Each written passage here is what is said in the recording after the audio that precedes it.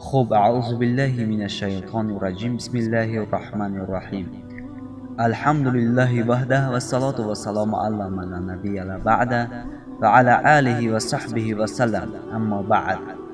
به نام خدایی که جان آفرید، سخن گفتنم در زبان آفرید. هذا النور شفاء صدور. علامت‌های قیامت. از عبدالله ابن عباس رضی الله تعالی عنه روایت شده است که فرمود: با رسول خدا صلی الله علیه و سلم برای زیارت حج رفته بودیم و حضرت بعد ادای مراسم حج فرمود: کی میخواد از علامت‌های قیامت بهرتان بگوید؟ سلمان فارس که از همه بر رسول خدا صلی الله علیه و سلم نزدیک بود گفت: بله، ما را خبر کن. رسول گرامی صلی الله علیه و سلم فرمودند که یکی از علامت‌های قیامت این ضایع کردن نماز است. یعنی نماز از بین می رود و مردم از قفای شهوت و هواهای نفسانی پیروی می کنند. مال مقامش بلند می شود و مردم آن را تعظیم می کنند. دین به دنیا فروخته می شود. شخصانی با ایمان گناه را می بینند آشکارا و اما نمی توانند پیش آن را بگیرند. حضرت فرمودند: ای سلمان، در نزدیکی قیامت پادشاهان ظالم رعیت خواهند کرد. آدمان خائن امانتدار می گردند و آدمان امانتدار خائن اعلان می گردند. دروغگو را راستگو میگویند و راستگو را به دروغ میبرورند. ای سلمان، در آن هنگام زنها به پست و مقام میرسند و کودکان بر فراز منبر میروند و دروغ گفتن یک نوع با عقل بودن تصور میگردد. فرزند به پدر و مادرش جفا میکند ولی به دوستش محبت میکند و ستاره دنباله‌دار طلوع میکند. بدون ای سلمان، در آن زمان زنها با شوهرش در تجارت شریک میگردند و باران در فصلش نباریده در فصل گرما میبارد و همه سخت خشمگین میگردند. کمبغل تحقیر میگردد و نه حرمت کلانسالان نماند و نه حرمت خردسالان. دهان همه پر از فحش و حقارت میگردد.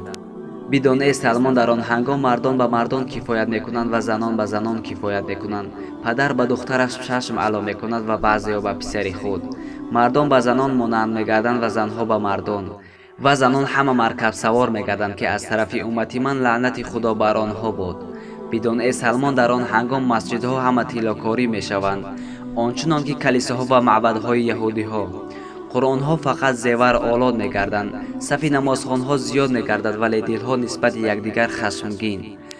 بدون ای سلمان، در آن هنگام مردان و پسران امتی من خود را به طلا آرایش میدهند و لباس خرید میپوشند و از پوست پلنگ مال خرید و فروش میگردد.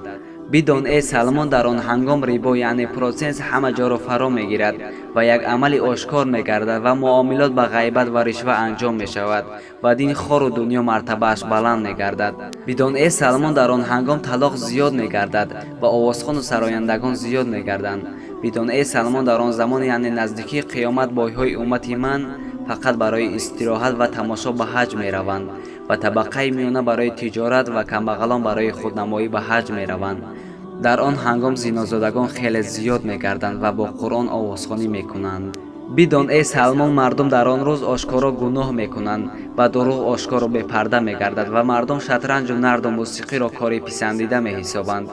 بدون ای سلمان، در آن زمان توانگر هیچ کمک به نادار نمی کند، مثل اینکه گدای در کوچه دو جمعه می ایستد و کسی به دست او چیزی نمی گذارد. و در آن روز مردم برای خانه های بلند آشیانه ساختن با همدیگر مسابقه می کنند. دوستان، این ویدیو را نشر کنید، شاید به سبب نشر شما در دل کسی تأثیر کند در ثواب شریک شوید. زیرا پیغمبر صلی الله علیه و سلم می فرماید: یک سخن خوب را به مردم رسانیدن صدقه جاریه است.